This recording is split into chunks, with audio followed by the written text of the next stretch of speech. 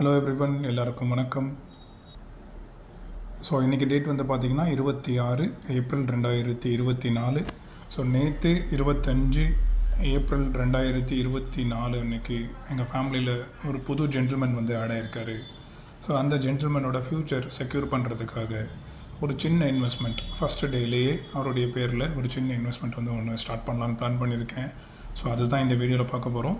So நான் பேசிக்காக என்ன பண்ண போகிறேன், இண்டெக்ஸ் ETF ஃபண்ட்ஸில் வந்துட்டு அவருக்காக ஒரு 1 lakh rupees வந்து டைவர்சிஃபை பண்ணி இன்வெஸ்ட் பண்ணலான்னு பிளான் பண்ணியிருக்கேன். ஸோ அதுதான். ஸோ இந்த 5 ETF ஃபண்ட், ஸ்க்ரீனில் பார்க்குற 5 ETF ஃபண்டில் நெக்ஸ்ட்டு 20 to 22 இயர்ஸ்க்காக இன்வெஸ்ட்மெண்ட்டாக வந்து நான் பண்ண போகிறேன். ஸோ அதுதான் இந்த வீடியோவில் நம்ம பார்க்க போகிறோம்.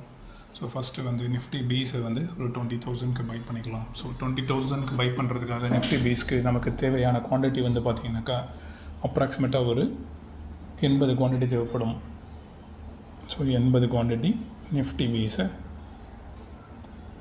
ஸோ நான் இங்கே வந்து மார்க்கெட் ஆர்டராகவே ப்ளேஸ் பண்ண போகிறேன். ஸோ அதனால் வந்துட்டு இங்கே வந்து மார்க்கெட் ஆர்டர் ப்ளேஸ் பண்ணிக்கலாம். அதனால் மார்க்கெட் ஆர்டரில் ப்ளேஸ் பண்ணிவிட்டு பை 20 குவான்டிட்டி. ஓகே, ஆர்டர் வந்து ப்ளேஸ் ஆகிடுச்சு. ஸோ அடுத்ததாக பேங்க் பீஸில் நம்ம ஒரு 20,000 இன்வெஸ்ட் பண்ண போகிறோம். அந்த பேங்க் பீஸ்க்கு தேவையான குவான்டிட்டி வந்து பார்த்திங்கனாக்கா ஒரு 40.50 குவான்டிட்டி தேவைப்படுது. ஸோ நம்ம வந்து ஒரு ரவுண்டாக வந்து 40ஆகவே வச்சுக்கலாம். 40 வச்சுக்கிட்டு மார்க்கெட் ஆர்டர் செலக்ட் பண்ணிக்கலாம். ஸோ பை ஆர்டர் ப்ளேஸ் ஆகிடுச்சு. அடுத்ததாக ஐடிபிஸில் நமக்கு தேவையான குவான்டிட்டி வந்து பார்த்திங்கன்னா ஒரு 555 குவான்டிட்டி தேவைப்படுது. ஸோ நம்ம இங்கே என்ன பண்ணலாம், 555 குவான்டிட்டியை இன்வெஸ்ட்மெண்ட்டாக பண்ணிக்கலாம். இந்த ஆர்டரும் ப்ளேஸ் ஆகிடுச்சு ஆல்ரெடி.